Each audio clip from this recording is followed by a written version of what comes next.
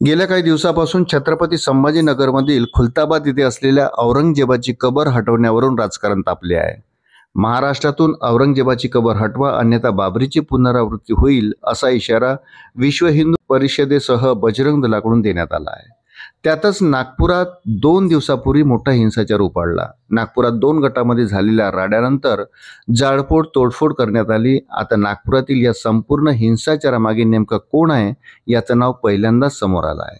वृत्त सविस्तर जाणून घेण्याकरता चॅनलला सबस्क्राईब जरूर करा.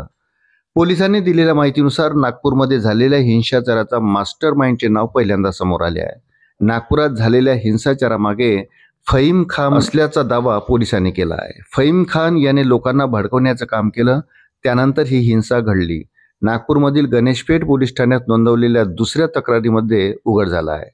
फहीम खान हा मायनॉरिटी डेमोक्रेटिक पार्टीचा शहराध्यक्ष आहे.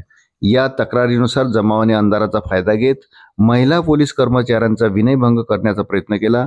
विश्व हिंदू परिषद आणि बजरंग दलाच्या कार्यकर्त्यांनी गांधी गेट जवळील छत्रपती शिवाजी महाराजांच्या पुतळ्यासमोर निदर्शने केली. औरंगजेबाच्या थडक्याविरुद्ध घोषणाबाजी करण्यात आली. तसेच औरंगजेबाचा प्रतिकात्मक पुतळा जाळण्यात आला. याचा निषेध करण्यासाठी मायनॉरिटी डेमोक्रेटिक पार्टी शहराध्यक्ष फहीम खान यांच्या नेतृत्वाखाली पोलीस स्टेशनवर मोर्चा काढला. तसेच परिसरात दहशत निर्माण करण्यासाठी, लोकांमध्ये भीती निर्माण करण्यासाठी आणि धार्मिक शत्रुत्व निर्माण करण्याच्या उद्देशाने, सामाजिक सलोखा बिघडवण्याच्या उद्देशाने जमावाने कुऱ्हाडी, दगड, काठ्या आणि इतर धोकादायक शस्त्रांचा वापर केला.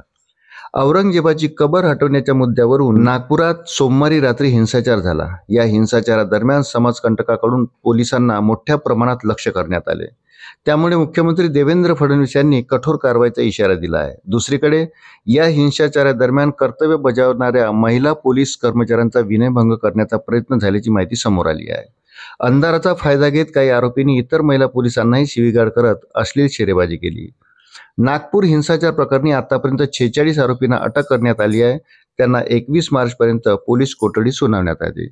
यातील काही आरोपींनी चिटणीस पार्क ते सीए रोडकडे जाणाऱ्या रस्त्यावर महिला पोलिसांसोबत हा प्रकार केला. हिंसाचारातील आरोपींनी एका महिला पोलीस कर्मचाऱ्याला स्पर्श करून वर्दी खेचण्याचा प्रयत्न केला. त्यानंतर काही महिला पोलिसांना जमावातील काही लोकांनी शिवीगाळ देखील केल्याची माहिती समोर येत आहे.